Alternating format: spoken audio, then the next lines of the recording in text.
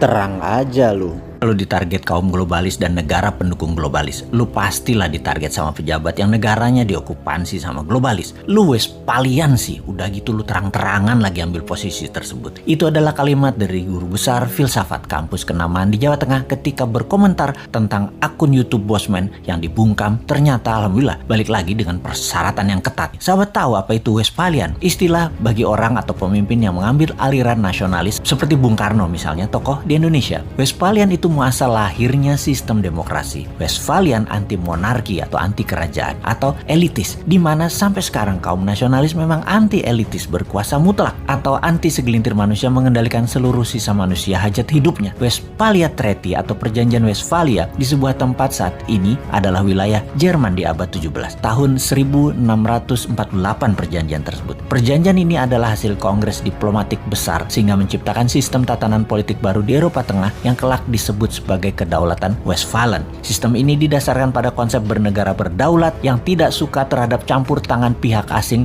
terhadap urusan dalam negeri suatu bangsa. Di sanalah muasal lahirnya istilah nation state atau negara bangsa. Sejak saat itu, monarki dunia mulai mengalami kemunduran hingga puncaknya terjadi Perang Dunia Pertama di mana Amerika merupakan negara Westphalian terbesar pada saat itu. Sejak akhir Perang Dunia Pertama hingga berakhirnya Perang Dingin 1989, ada 100 negara lahir yang kebanyakan bentuknya demokrasi nasionalis. Monarki dengan penguasaan elitis tidak tinggal diam. Ada 13 keluarga besar yang berbasis bisnis perlahan-lahan mulai menguasai dunia. Diawali sejak Perang Dunia Kedua yang menempel dengan Amerika. Mereka adalah globalis cabal seperti Rothschild, Oppenheimer, Rockefeller, Zucker, dan lain sebagainya. Lalu di tahun 1989 mereka menempel dengan Tiongkok, membuat baik Amerika maupun Tiongkok saat ini berafiliasi kepada globalis. Globalis itu monarki 2.0, anti nation state yang saat ini menguasai 99 data manusia kaum globalis itu. Bagi globalis cabal, mereka tidak mengenal istilah negara atau bangsa lagi. Bagi globalis, yang penting adalah nomor kependudukan dan nomor sertifikat. Kontrol dan monitor seluruh data umat manusia adalah tujuan mereka. Kita, kaum New Mind, menentang keras dan sangat berlawanan dengan pemahaman globalis cabal di mana kita adalah kaum patriotis nasionalis. Ini kita deklarasikan berkali-kali. Inilah yang membuat sosmed YouTube Bosman harus dibungkam karena jangan-jangan memang pejabat 20 tahun terakhir Indonesia merupakan kaki tangan globalis atau terkena pemahaman globalis termasuk oposisinya. Ide nasionalis dibangkitkan oleh New Mind ini sesungguhnya dan sungguh ini menjadi ancaman. Bener deh, oleh globalis, nation wealth, sebuah wilayah untuk kekayaan rakyat bisa diambil oleh mereka dengan atas nama world